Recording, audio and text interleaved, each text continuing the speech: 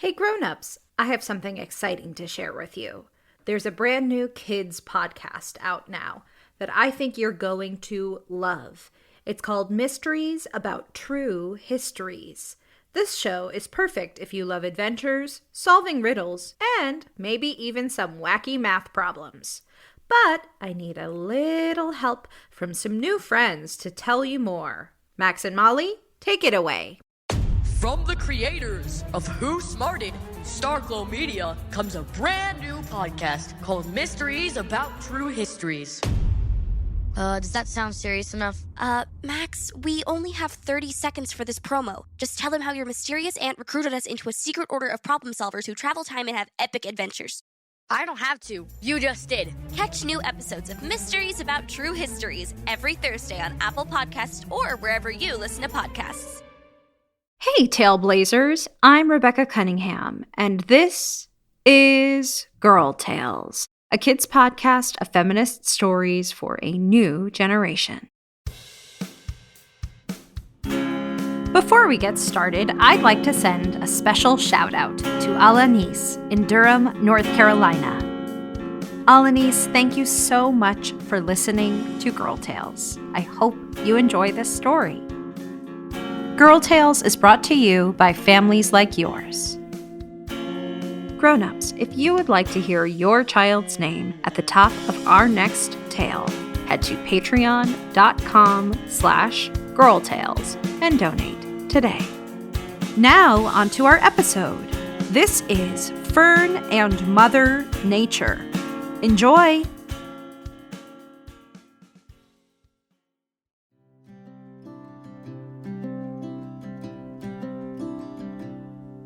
Dead smack in the middle of the Mount Rainier National Park, there lives a young girl named Fern Fernandez Ferguson. Now, you might think Fern is a strange-sounding name, but the Fernandez Fergusons do not think that. They think all things from nature are wonderful and deserve to be celebrated. For you see, the Fernandez Fergusons are nature people. They have such a deep love for our planet that one special day gave Fern unique insight into this big space rock we call home. It all started on a sunny summer day. Today's the day! Fern's cousins were coming to visit. She had been anxiously waiting for this day all summer. She sprung out of bed, threw on the outfit she'd set out the night before, and sprinted out of her bedroom. She made it all the way to the kitchen before running headfirst into her mom, Daniela. Today's the day! Today's the... Good morning, mija. What's with all the running and the screaming? Today's the day, Mama. Lucas and Marcelo will be here any minute. Their plane hasn't even landed, my love. But I want them to be here now. Yes, I know, and you've been so good and patient. But we are just going to have to wait a little bit longer. Fern did not like the sound of that. She was tired of being patient. She told herself she could wait, but a fiery feeling began bubbling up inside her. Why don't you do something fun to help pass the time? I saw some cool bugs on my morning walk. Why don't you go sketch them? You love drawing all those cool, creepy crawlies. No, I don't want to draw bugs. The fiery feeling grew stronger. Okay, how about bird watching? Your binoculars are on the porch. No, I don't want to go bird watching. We could take a hike.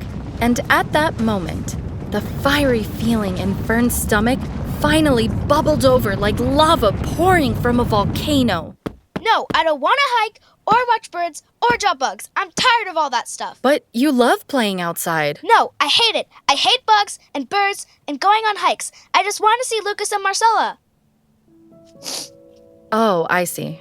Come here, mija. You miss your friends, don't you?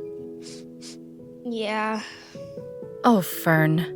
You know you can always tell me how you're feeling, even if you think I might not like what you're gonna say. It's not good to bottle up your emotions.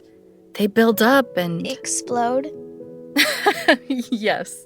Sorry. It's okay, honey. We all get mad sometimes. You just need to practice healthier ways of expressing your feelings. What do you mean? Well, instead of pushing your emotions down until they explode in stomps and screams, you can try writing down how you're feeling, talking it out with me, or doing some deep breathing exercises to calm yourself down. Oh, like a balloon breath? What's that? It's something they taught us in school. You just make a circle with your hands like this. Fern touched her fingertips together and made a circle with her hands, leaving space for an imaginary balloon. Then take a slow, deep breath and pull your hands apart like you're blowing up a balloon. And bring them back together when you let the breath go. That's a wonderful breathing exercise. Thank you for showing me that, Fern. I'm sorry I didn't notice you've been upset. How about we sign you up for some camps next summer? That sounds pretty good. And how about you and I spend the morning together? That sounds great. Fern and her mother spent a busy morning prepping the house for their special visitors. They tidied up the bathroom, swept and mopped the kitchen floors, and set up air mattresses in the living room for Lucas and Marcela to sleep on. Fern was putting the finishing touches on a last-minute welcome banner when suddenly there was a knock at the door. They're here! Hey, Fern. Lucas, is that you? Hi, Aunt Daniela. Hi, Aunt Danny. Lucas! Marcela! It's so good to see you. Fern was confused. The kids standing in front of her sure sounded like her cousins, but they didn't look like them. Lucas's once short hair was now long. He now wore glasses and had a little scar above his left eye. Marcela looked different too. Her long braids had been switched for a short, curly flop of chin-length hair, and she stood a good 2 feet taller than the last time Fern had seen her. Fern, why don't you take Lucas and Marcela outside to play while I help Aunt Maya and Uncle Gabe with the bags? Daniela's words snapped Fern out of her confusion. Play outside. Yes! That is exactly what they should do. It's what she had been waiting all summer to do. Good idea. Come on, guys. Let's go. I can't wait to show you all my favorite spots in the park. We can play outside all day, just like we did last time you visited. You're gonna love it. Sure? Mount Rainier is so cool, you guys. There are hiking trails, waterfalls, forests, oh, and this really pretty meadow. So, what do you guys want to do first? Well, it's really hot out right now. Maybe we could just find a shady spot and relax. I'm at a really good part in this book I'm reading, and I want to see what happens next. Lucas, we came here to hang out with Fern. You can finish your book later. Let's play a game. Okay, what should we play? I've got some puzzles and a deck of cards inside. No, not those games. I meant fun stuff, like basketball or football. Oh, I don't have stuff to play that. Well, no use staying in the heat if we aren't gonna play. You got any movies? Yeah, and somewhere I could charge my phone? Let's go back inside. Wait! There's so much we could do out here. We could go bird watching. No thanks. Or sketch some bugs down in the meadow. Bugs? Ew! I think I'll pass. Okay, well, we could go for a hike. I know a really nice trail. Maybe later, Fern. Sometimes Mama and I see animals on the trail. One time we even saw a bear. A bear? I want to see a bear. Yeah! Can you show us where you saw the bear? Sure. And with that, the children prepared for their hike. Fern packed her trail bag with all of the essentials. Lots of water, a first aid kit, nature journal, and a walkie-talkie. Lucas grabbed his phone and book, and Marcela plopped a fistful of raisins directly into her shirt pocket. In case I get hungry. Then the children set off with Fern leading the way. She walked swiftly down a well-worn path. Just ahead was her favorite place in the park, Wildflower Meadow. Ragged mountaintops and towering pine trees created a picturesque frame for a field of purple and white flowers stretching as far as the eye could see.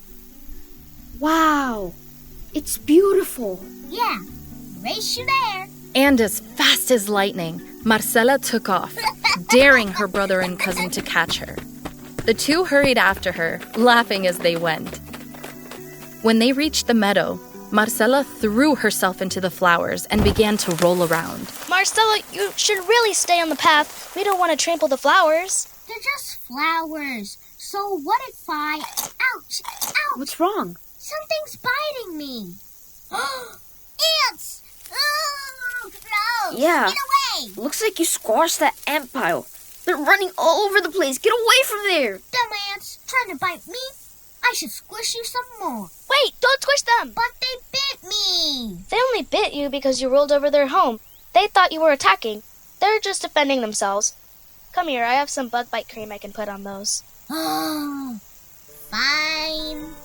Fern let out a big sigh of relief as Marcela stomped in her direction. Marcela had always been stubborn, so Fern felt grateful that she was able to stop her from squishing the ants. The ants did not deserve to be squished. They were just doing what their instincts told them to do, defend their home. Fern spread bug bite cream on Marcela's ankle and covered it with a bandage. There, that cream should help with the itching. Thanks. Okay, let's keep moving. We got a bear to see. All right. And with a new pep in their step, the cousins set off again. They passed through sweet-smelling wildflower meadow and wandered their way down a wide, winding path. At the end of the path, they came across a peaceful pond. Clear blue water trickled from a nearby stream, and a gaggle of geese slept silently on the shore. Hey, Fern.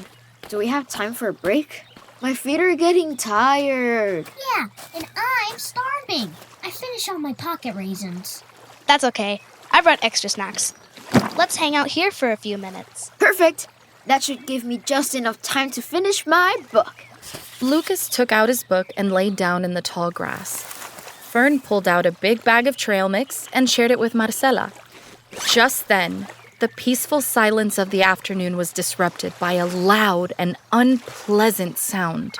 One of the geese had awoken from its nap and began honking.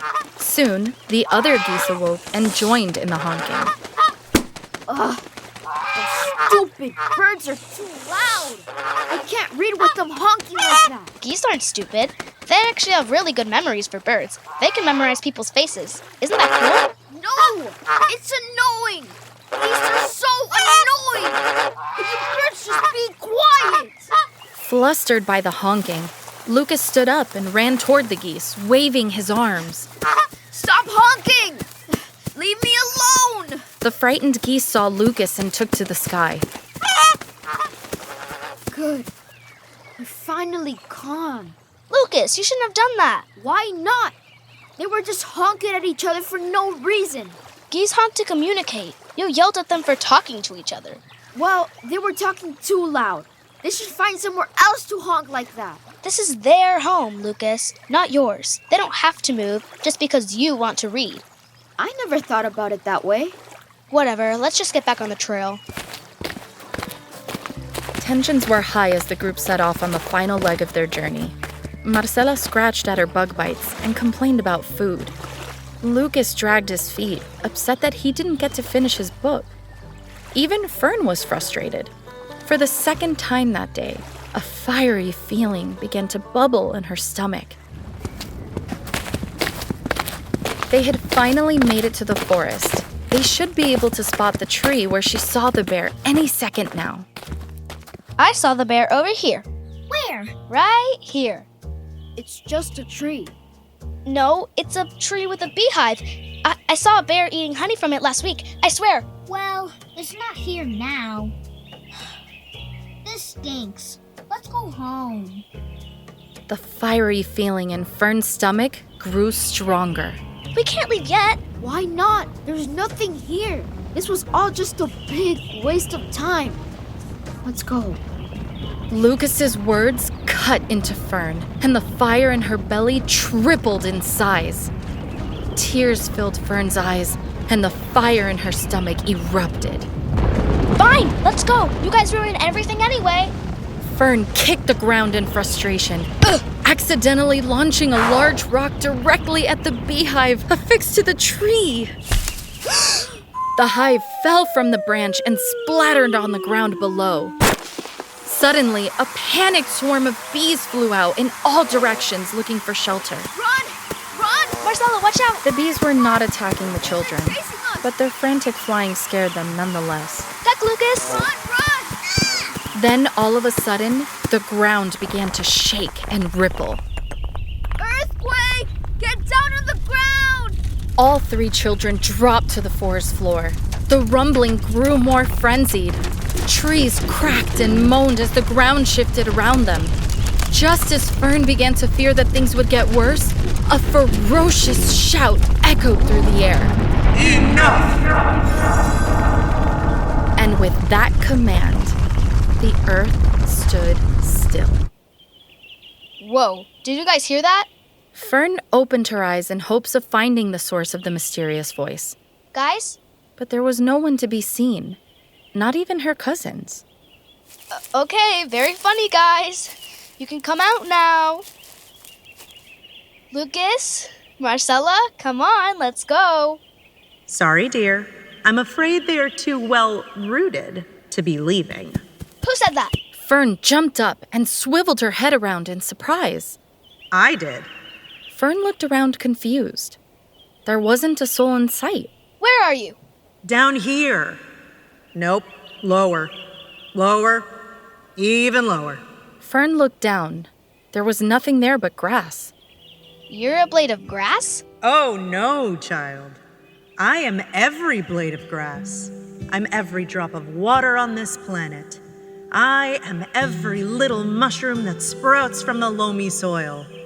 I am Mother Nature. And with that declaration, the earth at Fern's feet began to move once again. But it was not a violent, erratic movement. It was meditative. The soil churned to form a round, feminine figure with full cheeks. She had rich brown skin and a short pixie cut made of grass. Mother Nature? You're real? Oh, yes. Very real. And very mad. Mad? Mad at who? You, your cousins, pretty much everyone. Me? What did I do? The beehive? That was just an accident. I love nature. Oh, you love nature now, do you? That's not what you said this morning. This morning, you hated nature. You hated all of my boring bugs and birds. I didn't mean that. I was just upset. Yeah. That's what they all say. Oh, I didn't mean to litter. I didn't mean to spill that oil. I didn't mean to put a hole in the ozone layer. Look, that rock was the last straw. I'm tired of people destroying our planet. It's time to try something new. I'm thinking of trees. But we already have trees. Yes, but these trees are different. These trees are named Lucas and Marcella. Fern looked to the spot where Mother Nature was pointing. There stood 2 pine trees, one as tall as Lucas, the other as tall as Marcella. You turned my cousins into trees? Yep. I think I'm going to turn all the humans into trees. The planet will be way better that way, much greener. You can't do that. Humans are harming the environment. I have to protect the planet. But humans don't have to be the problem. We can be part of the solution. Please, Mother Nature, let us try. Let me try. Fine. I'll give you 1 hour. But if you fail to impress me, I'm turning you and everyone else into trees. Any chance I could be a fern? You're pushing it, kid. Ugh, all right, 1 hour. Your time starts now. And with that, Mother Nature sank back into the earth, leaving Fern with the daunting task of saving all humanity from becoming trees. Okay, all I have to do is save the world in a single hour. That's not so hard, right? Right? What was I thinking? I can't save the world. I can't even control my temper. None of this would have happened if I hadn't kicked that stupid rock. I was just so mad. Once again, that oh-so-familiar fiery feeling began to stir in Fern's stomach. How am I supposed to fix this? I'm just one person. It's not fair. Huh? Fern's attention was drawn to a nearby tree. Tangled up in the high branches was a silvery balloon. A balloon? The sight of the balloon reminded Fern of the conversation she had with her mother that morning. Balloon breathing! I should do some balloon breaths. Fern put her fingertips together and breathed in deeply. She felt the fire in her stomach begin to calm down. She let the breath out slowly and brought her fingers back together. Huh, I actually feel a little better. Fern repeated the process until the fire in her stomach died down and she could think clearly once again. Okay, no more time to waste. I've got to save everyone by helping the planet. But where to start? The balloon, of course. That trash doesn't belong in a tree. I'll climb up there and get it. Fern gripped the trunk tightly and began climbing. She shimmied up the base like a bear cub, then hoisted herself into the branches using a low-hanging limb. Just a few more inches. Maybe if I stretch I can... Ha! Got it. Fern gripped the ratty ribbon attached to the bottom of the Mylar balloon and gave it a tremendous tug. Nothing happened. The balloon was too tangled in the branches. Come on! Just let go already! What am I gonna do? Fern seethed with anger as the fiery feeling in her belly began to grow once more. Then, just as she was about to start screaming and stomping, she thought of her mom. Fern closed her eyes, took 3 long, deep breaths, and the fiery feeling started to fade. Just then, she heard a familiar sound. It was the faint hum of a buzzing bee. Fern looked down to see a small bee clinging to her shirt. Oh, hey there, little lady. Was that your home I destroyed earlier? I'm sorry. I didn't mean to mess up your hive or hurt you and your friends. I acted in anger. I'm really, really sorry. The little bee hummed as if to say, "It's all right," then flew up to meet Fern's gaze. I guess I haven't been a very good environmental steward today. Mama says you're supposed to care for the environment, not harm it. I guess I'll be an amazing steward soon. Can't get much greener than being an actual tree. The little hairy bee looked deeply into Fern's sad eyes and then flew up into the branches of the tree. Wait, come back! But the bee did not listen. She was on a mission. She flew right up to the shiny silver balloon and pierced it with her pointy little stinger. The balloon let out a horrible squeal as air whistled out of the hole. Within a few seconds, the balloon was completely deflated and it floated gently to the ground. Fern scrambled down from the tree to pick up the trash. Tightly gripping the deflated balloon, she turned around to thank her new friend. But the bee was already gone. She said a quiet thank you and set off with new determination. I'll do a trash pickup. That will show Mother Nature people can help the planet. I just need to get to the picnic pavilion. There's always trash around there. Fern jogged down the old familiar trail. She quickly exited the forest and neared the pond where Lucas had scared the geese. She had just stopped to catch her breath when she noticed a large goose sitting on the shore. Attached to its left leg was a tangle of something. Fern cautiously crept closer, trying to get a better look. Fishing line. Someone must have cut the line loose in the water and you swam through it. Fern was conflicted. The goose needed help, but she needed to save the world. Oh, I know. I'll radio the ranger station to send help. Fern pulled out her radio and pressed the receiver. The static from the radio startled the goose. The goose whipped its head around and hissed at Fern. It's okay, Mr. Goose. I'm not gonna hurt you. I'm a friend. Fern put her hands out and slowly walked toward the nervous bird. The goose began honking loudly and tried to get away. He stood up and started limping to the water. Oh no, he's hurt. I can't just leave him like this. What if he goes out in the water and gets stuck on a branch or something? The picnic pavilion would have to wait. Thinking quickly, Fern grabbed some sunflower seeds from her trail bag and scattered them on the ground. I know I'm not supposed to feed wildlife, but desperate times call for desperate measures. Here, goosey, goosey, goosey, come get the tasty seeds. The goose took one look at the seeds and began slowly hobbling back toward Fern. Yes! Fern grabbed a small pair of scissors from her first aid kit and got down on all fours. Typically, kids should leave wild animals alone, but she was trained to help rescue animals. She and her mom rehabbed baby ducks just last summer. She crawled up to the distracted goose and began snipping away at the tangled fishing line. There you go, all better.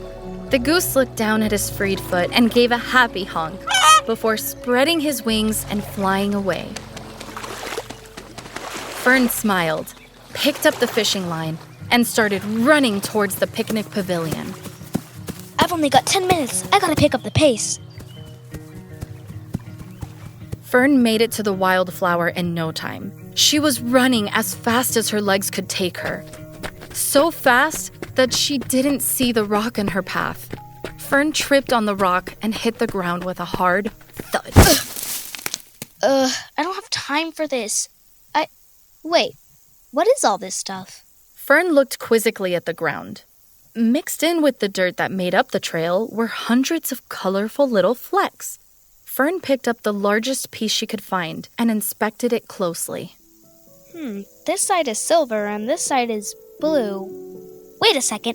This is a food wrapper. All these little tiny pieces are trash. And not just any trash. They're the worst kind of trash. Microplastics. Teeny pieces of plastic that wash into our waterways and hurt the fish. I can't leave them here. Fern grabbed a pair of tweezers from her first aid kit and got to work. She crawled around on her hands and knees for what felt like an eternity, plucking the specks of plastic from the ground. But when she looked into her bag to see what she had collected, her heart sank. Really? That's all I collected? There's still so much more to be picked up. That's really all I've done? I was thinking the same thing. Fern spun around to see Mother Nature looming over her. Your time is up, Fern. What do you have to show for it? I collected litter. I picked up this balloon and some fishing line and these microplastics. And what else? That's all I had time for. Oh, Fern. I'm afraid that's not enough. The problems the environment is facing are big. Your little litter pickup is just too small. But I'm feeling kind, so I'll turn you into a fern instead of a tree. Mother Nature raised her arms, preparing to transform Fern, but froze in place as a small bee buzzed past her face and landed on Fern's shirt. Move, Christine. I'm turning this little girl into a fern. No, I've made my decision. Now get out of the way, Christine, or I'll turn you too. Just then, a goose swooped in, honking loudly. What is it, Harold? Can't you see I'm busy? Well, that's very nice, but it's not enough. She's gonna be a fern. They're all gonna be ferns. Ow! Biting is rude, Stacy. Use your words. Fern looked down to see a tiny ant hanging on to Mother Nature's big toe. She then looked around her and saw hundreds of ants carrying bits of plastic on their backs.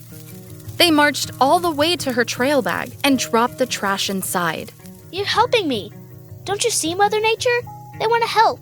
They don't want people to be plants. They want us to work together. Quiet! What they want? What about what they need? What I need? Do you know how much work goes into taking care of the planet? Do you know how tired I am? How frustrated? It's like there's this pit of lava in the core of my being that I'm just trying to keep from exploding out, and I just... Have you tried taking a deep breath? What? They can help with the fiery feeling. Give it a try. Mother Nature gave Fern a skeptical look. Go on. Mother Nature took in a deep breath, and the ground beneath Fern's feet swelled. Then she let it out slowly as a big gust of air, and it felt as if the entire planet had taken a big sigh of relief. Feel any better? Yeah, a little. Well, it's a start. Just like this bag of litter. It's not a perfect fix, but it shows that I want to help. Yes, but there are other humans that don't care to help. True.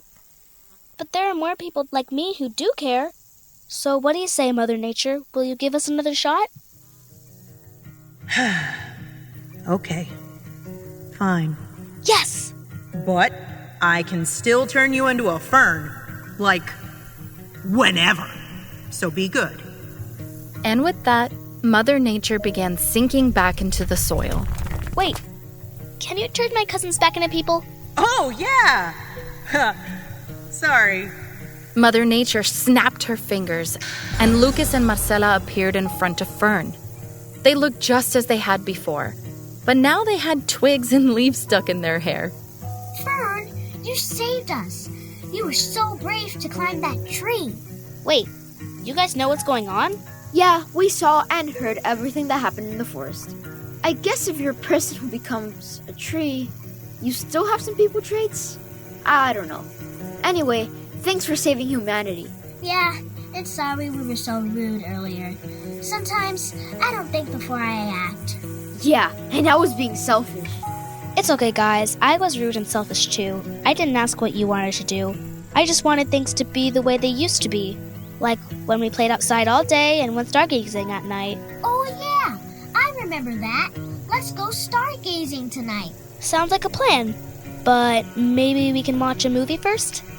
Yeah, I would like that. But we need to make a quick stop on the way back. Where? The picnic pavilion. We've got trash to pick up. I'll race you there.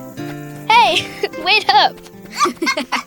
And so the children ran off into the setting sun to pick up litter.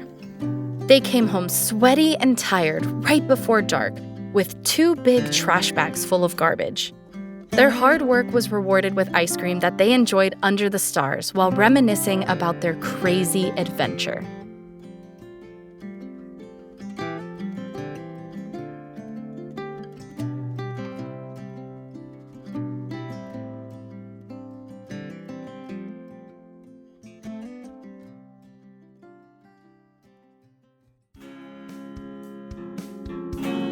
That was Fern and Mother Nature by Laine Farber. Performed by Krystal Martinez, Jasmine Romero, Renato Nicastro, Eva Williams, and Lola Cox. Produced by Megan Bagala. Line produced by Harry Poster. Executive produced by Rebecca Cunningham. Girl Tales is a Cordelia Studios production.